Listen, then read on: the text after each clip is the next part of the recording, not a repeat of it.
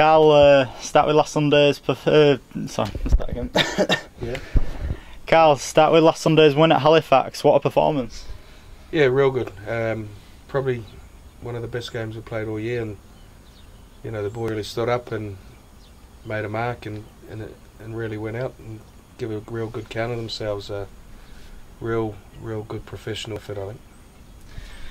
And now moving on to Go Our Way.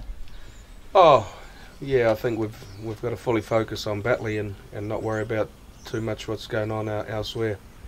You know, we all know John Kerr is a fantastic coach at getting his teams that he's coached up for one-off games, as he's proved in the past with, you know, Sheffield at Wembley and Hull FC with Cookie there at, you know, when they won the Challenge Cup as well.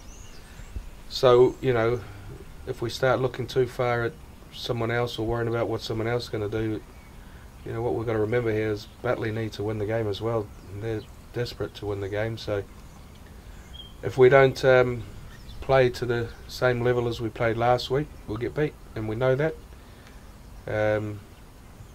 Tough one, real tough one. There's three teams at the top, you know, who could potentially finish second, and there's three teams, you know, in the between 8th and 10th who are trying to get that last 9th spot. So all to play for in the last week of the championship, which is phenomenal. I think everyone will keep looking at their phones and Twitter and all that sort of stuff. So great, you know, we just need everyone to come to the keep mode and cheer us on, and also get your season ticket for next year as well, which, you know, is a fantastic price for a one-off, one day only at the Batley game. So, you know, going into that big league next year with the likes of Bradford and them, if you want to come along at a real good price, I'd urge you to come on Sunday and get your ticket, because the season ticket's only valid for a one-day offer, and then the price will go up the next day, and then it'll go up again after Christmas.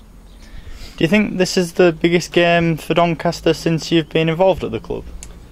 Oh, we've had some big ones, you know. No one will forget we had to go to London when they were riding pretty high to win the league one year. So it's up there, definitely up there. It's a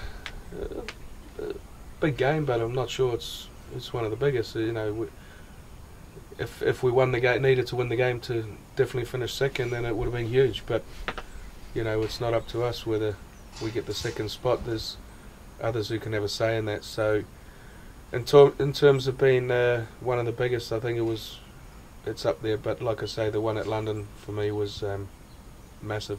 That was one that to go and make history. So, you know, no one can take that away from us. We went down there and made history the first time in 65 years. So that was the biggest one for me.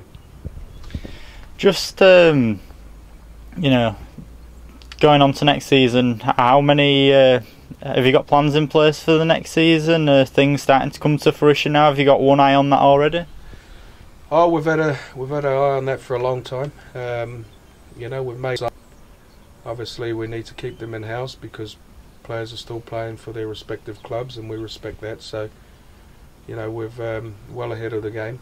We're comfortable with the players we've signed, and we've a few more here to speak to yet, but we're not looking at letting too many go from here, to be fair. You know, we're a good set of lads and we know what they can do, and we need to try and keep as many of them together as possible, but definitely add the squad. We'll make no mistake about that, and I don't think we're too far off as a group to, you know, we need to add a bit more quality and a bit more competition for places, and because it's going to be a tough league, and we need to have a little bit bigger squad than what we've had this year. Is, you know, at times we've really struggled. We've been down to the bare bones. So, you know, we need to help Cookie out a little bit there and probably make the squad a little bit bigger, which we're all trying to do.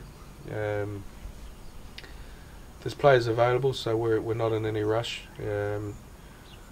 We'll probably sit down next week and reassess it after everyone knows what's going on the weekend. You know, if we get second, it changes the whole game again. So, you know, we've only got so much finances available to us on the budget as it stands now, but if things change next week, then we'll try and squeeze the owners for a little bit more.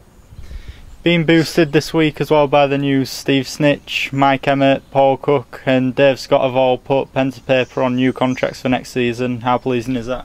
Oh, massive. They're great, they're our leaders, great set of players, and there's many more of them to be announced after.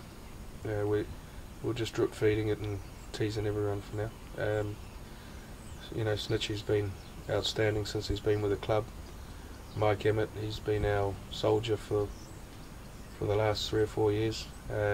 Scotty scores tries for fun, and we all know what Cookie can do. So real happy with the signings, and they're the catalyst of the team.